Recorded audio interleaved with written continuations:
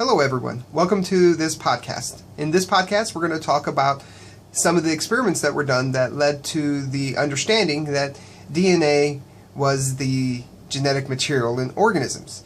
We'll also talk about some exceptions to that where we have things like RNA viruses where RNA is the genetic material. But usually DNA is the genetic material, so we want to talk about those experiments. In the early part of the 1900s, when Mendel's works were just being discovered and people were slowly becoming aware of inheritance patterns, people didn't really know what the genetic material was. They barely even knew what some of the macromolecules were. Some of the leading contenders for what the genetic material was were proteins, DNA, carbohydrates, and lipids. The four major macromolecules. In fact, most people early on favored proteins because proteins are made up of 20 different amino acids. And DNA is made up of 4 nucleotides.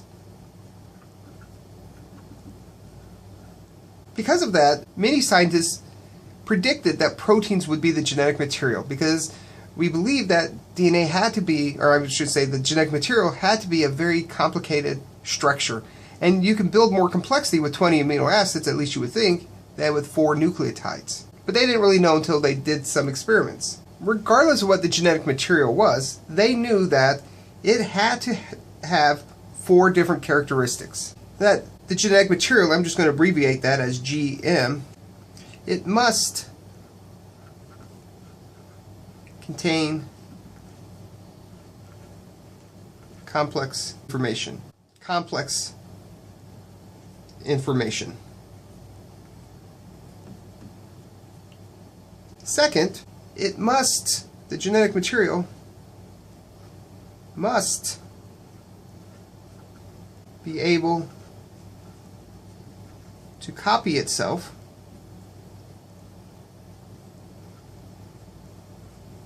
faithfully.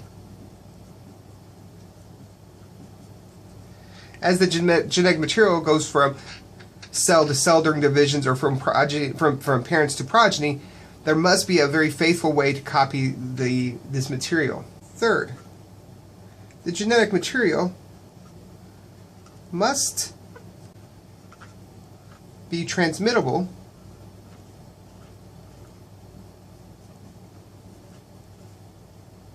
to progeny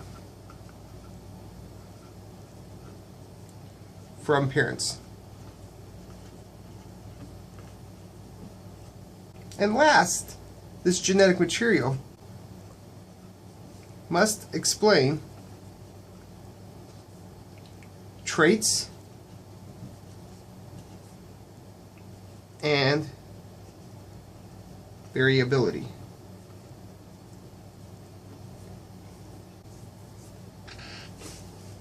For the better part of 20 to 30 years, scientists were performing experiments to try to determine which of the 4 macromolecules, proteins, DNA, carbohydrates, or lipids, were the genetic material.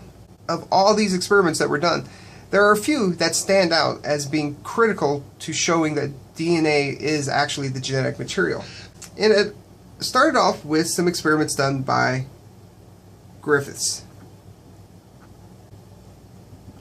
So we're going to talk about his experiments first.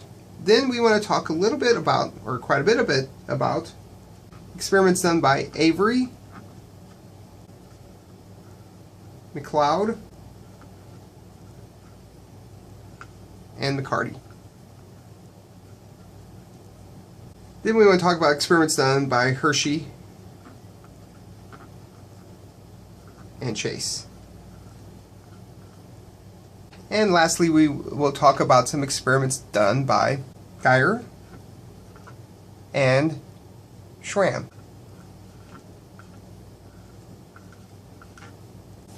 In this podcast, we're going to focus on the experiments done by Griffiths and then the experiments performed by Avery, MacLeod, and McCarty. these two groups of experiments are connected, and they lend themselves to being spoken about at the same time.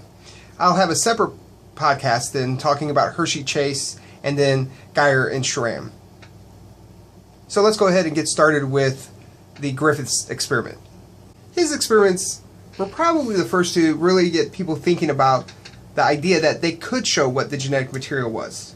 His experiments did not show that DNA was the genetic material, but it laid an important foundation for the next set of experiments.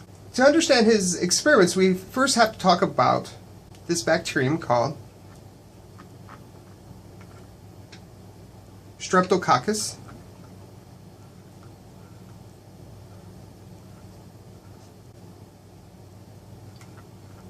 pneumoniae. This particular bacteria comes in different kinds of strain types. However, for the purpose of these experiments, let's talk about only two types. The first is called the S type because it is smooth. The other we'll call rough, or R, because it has a rough coat. This smooth coat here is smooth because it has a thick layer of polysaccharides that surround it. Because of that, it protects the bacterium against the host immune system. And because of that, this particular strain, the smooth strain, is what we call virulent. This rough coat lacks this polysaccharide coating on it, and so now this rough strain is non-virulent. It's non-virulent because the host immune system can recognize the outer surface of this bacterium and attack it and kill it. So if a host is infected with this rough strain, it won't hurt the host. However, this smooth one, if you infect, say, a mouse with it, it will kill the mouse. So let's just write kills mouse. The non-virulent mouse lives. So if we take this smooth Streptococcus, and remember it's smooth because of this polysaccharide coat around it, and we put that into a mouse. I'm a horrible drawer, but you get the point. You put it into the mouse dies.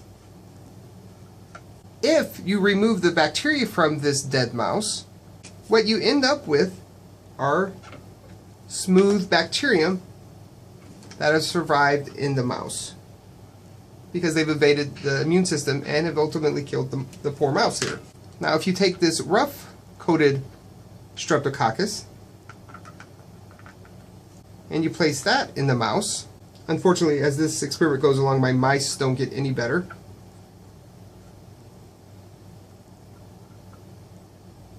This rough Streptococcus in this mouse, the mouse lives. And when you extract the blood from this mouse and you plate it, there is no bacteria. Because the host system, the mouse's immune system, has destroyed the bacteria. The next thing they did was to take this smooth bacterium and they killed it with heat. So I'm going to put flames under this, and that caused this bacterium to die. If they take this cell lysis of this dead bacterium, so that all the parts of that bacterium are still there, it's just not alive anymore. And they take that and they place that into the mouse lives. And when they isolate or try to isolate bacteria from this mouse, the surviving mouse, there are no bacteria. Which makes sense, right? Because the bacteria that they put in were already dead. But this was an important control because it showed that these Streptococcus pneumoniae weren't able to form new cells all by themselves. The next thing they did, and this is pretty clever, they were pretty clever back then, is they took this smooth bacteria, they heat killed it again. So again, this bacteria was not alive, just the parts were left over, and they added it to living rough bacterium. Both of these by themselves would allow the mouse to live. So right, this one here was put in this mouse and it lived. This one here, put in this mouse and the mouse lived. However, when we mix them together and we inject both of these together into the mouse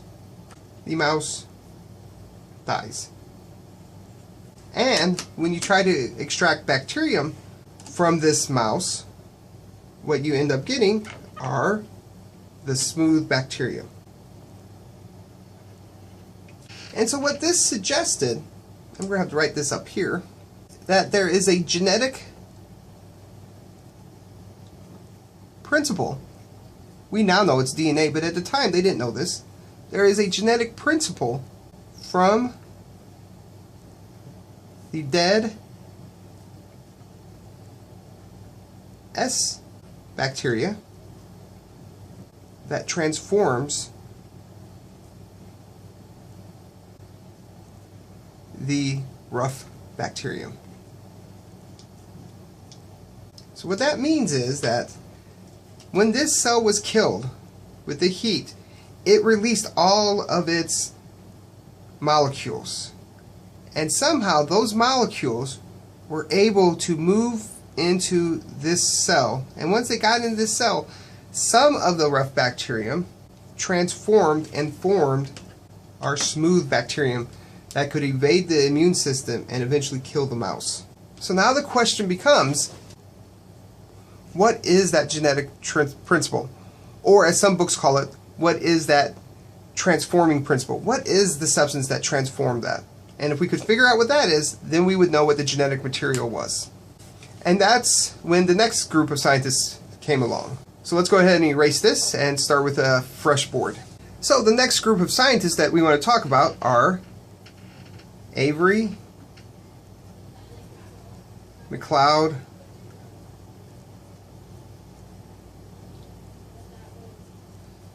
and McCarty.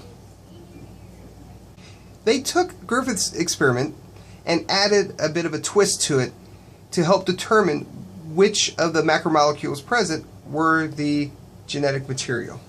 Okay, let's go back to Griffith's experiments just for a moment.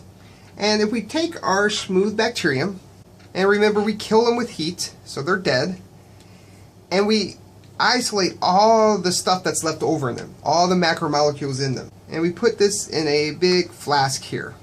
And what's in here is the stuff that's left over. So really what's left in here are RNAse, DNA, and protein. There's some other things in there as well, but at this moment, scientists believe that the genetic material had to be one of these three things. So we're just going to focus on that. So in this flask here, we have the dead smooth bacterium, RNA, DNA, and protein, because that's what was left after we heated them. And we knew if we took samples from here and we mixed them into a flask here that contained rough bacterium, that the result would be smooth bacterium, living smooth bacterium, that would kill the mouse. So since what we're putting into the rough bacterium is RNA, DNA, and protein from the dead smooth bacterium, we can be confident that what's transforming these rough bacterium into new smooth bacterium here has to be the RNA, DNA, or protein. If we could somehow selectively remove some of these macromolecules and see if what's left could transform the rough bacterium into smooth bacterium, that would give us an idea of what the genetic material was. So let's do that. So let's take some of this sample here and we'll treat it with an enzyme called, first of all, let's use RNAse. RNAse will remove all the RNA and DNA and protein. So remember, we're beginning here with RNA, DNA, and protein.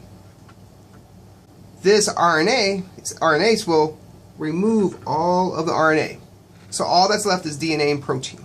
We then take this and we place it into our flask here with our R bacterium, our rough bacterium, to see if the DNA or the protein can transform the R bacterium into smooth bacterium. And what they saw was that transformation indeed did occur, and the resulting progeny could kill the mouse. So from this experiment, you can conclude that either the DNA or the protein, but not the RNA, is the genetic material that is transforming the rough bacterium into smooth bacterium. So the next thing they did is they took this sample that contained, again, RNA, DNA, and protein from the dead bacterium, smooth bacterium, and this time they treated it with DNAse, which destroys all of the DNA. So all that's left is RNA and protein. They then added that to this flask of R bacterium to see if we would see transformed smooth cells. And what they discovered was, when they did this experiment, was that we did not see this. No transformation. All that was left in here were the rough bacterium. Mouse lives. So from this experiment, it strongly suggests that DNA must be the genetic material, because when you removed it, the transformation ability went away.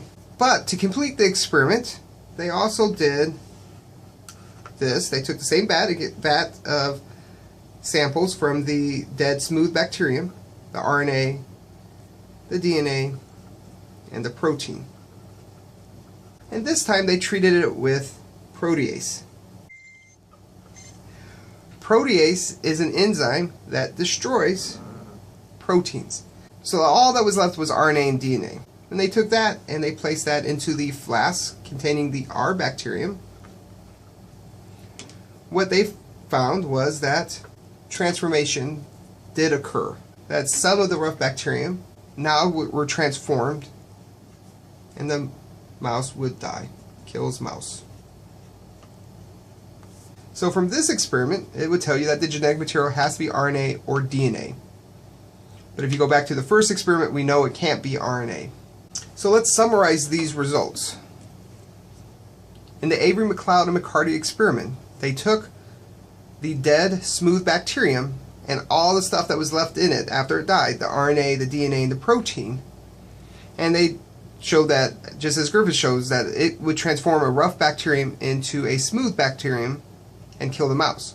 When you remove the RNA from there, you were still able to get transformation, which led to the conclusion that the genetic material had to be DNA or protein, because that's all that was left. Then when we removed the DNA, so that all that was left was RNA and protein, and we mixed that with the rough bacterium, what we discovered was there was no transformation, and the mouse would live because there was only rough bacterium left. This suggested that the DNA had to be the genetic material, because when you removed it, you lost the ability to transform. And then finally, when you removed proteins and you added the RNA and DNA from the dead smooth bacterium into the rough bacterium, you once again found the ability to transform and to kill the mouse. These experiments, for the most part, proved that DNA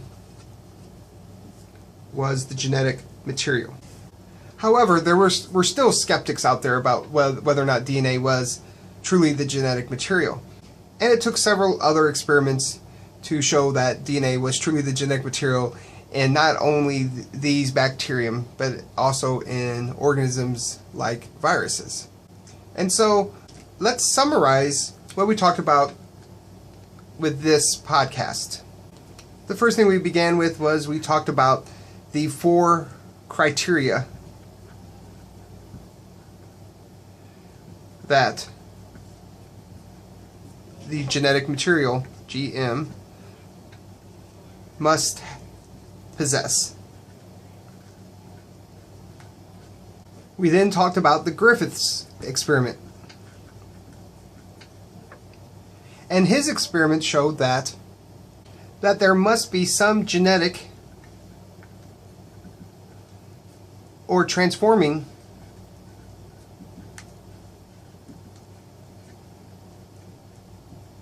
principle.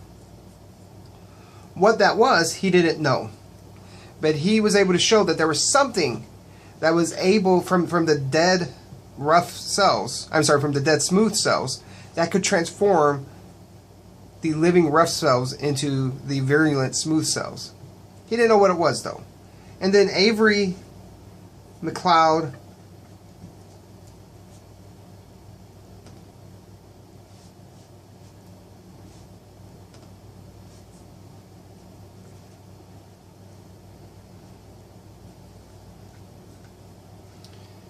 and McCarty showed that this genetic principle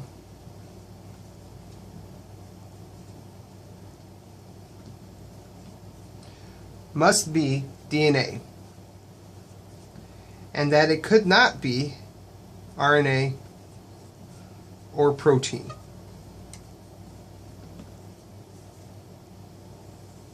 In the next podcast, I'm going to talk to you about experiments done by Hershey and Chase, where they showed that the genetic material from bacteriophage was also DNA, and then experiments done by Geyer and Schramm, where they showed that in organisms that don't have DNA, like RNA viruses, that RNA was the genetic material. All right, if you have any questions, please let me know. If not, I'll see you in class. Bye.